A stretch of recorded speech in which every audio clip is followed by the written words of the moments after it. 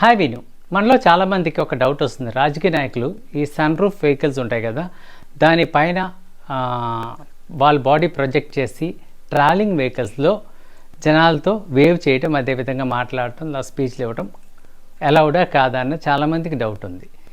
కానీ motor vehicle act క్లియర్గా చెప్తుంది ఏంటంటే, మోషన్ వెహికల్ మూవ్ అయ్యేటప్పుడు మన బాడీ పార్ట్స్ ఏది బయటికి ప్రొజెక్ట్ చేయకూడదు, విత్ ఇన్ ద వెహికల్ ఉండాలని పక్కాగా రూల్ ఉంది. సో అందుకే మనం ట్రావెల్ చేసేటప్పుడు మనం గ్లాస్ దించి తల బయట పెట్టకూడదు, లేకపోతే చేతులు బయట పెట్టకూడదు అని ఉంటుంది. ఈవెన్ బస్సులో ఒకటి రాసి ఉంటుంది, చేతులు తల లోపల పెట్టండి అని, బికాస్ యాక్సిడెంట్స్ జరుగుతాయని. సో సన్ రూఫ్ వెహికల్కి ఏ విధమైన మినహాయింపు లేదు, ప్రత్యేకంగా పొలిటీషియన్స్కి ఏమీ స్పెషల్ రూల్ కూడా లేదు. సో కాకపోతే ఇది మిస్యూజ్ ఏంటంటే, మూవింగ్ వెహికల్స్లో ఎప్పుడు మనం ఇలా మూవ్ చేయకూడదు. మూవింగ్ వెహికల్స్లో తల బయట పెట్టి ఏ విధమైన యాక్టివిటీ చేయకూడదు. కానీ మన పొలిటీషియన్స్ ఏంటంటే, వాళ్ళు ఏం చేసినా చెల్లుతుంది అనే ఇదనమాట.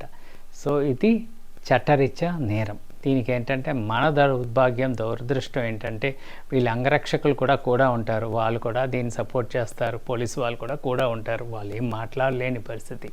ఇది violation of motor vehicle act అండి. ఒకసారి మీరు ఆలోచించండి, ఇది ఎంతవరకు కరెక్ట్. ఇలా చేయడం వల్ల ఏమవుతుందంటే, మిగతా వాళ్ళు కూడా ఇదే ఫాలో అవుతున్నారు. ఈవెన్ చిన్నపిల్లలు కూడా సన్ రూఫ్ని ఎంజాయ్ చేద్దామని కార్ బయట నుంచి హెడ్ బయట పెడుతున్నారు. ఎన్నో ఇంజరీస్ జరుగుతున్నాయి, యాక్సిడెంట్స్ జరుగుతున్నాయి. దయచేసి చేయకండి. పొలిటీషియన్స్ మీరు జనాలకి ఎగ్జాంపుల్స్ కింద ఉండాలి. దీనికి ఒక సొల్యూషన్ ఉంది. పూర్వం ఏంటంటే బ్యాక్ ఓపెన్ వెహికల్స్ ఉండే, దానికి ఇలా పట్టుకొని మీరు చక్కగా మీ యొక్క క్యాంపెయినింగ్ లేకపోతే మీ మీటింగ్స్ చేసుకోవచ్చు.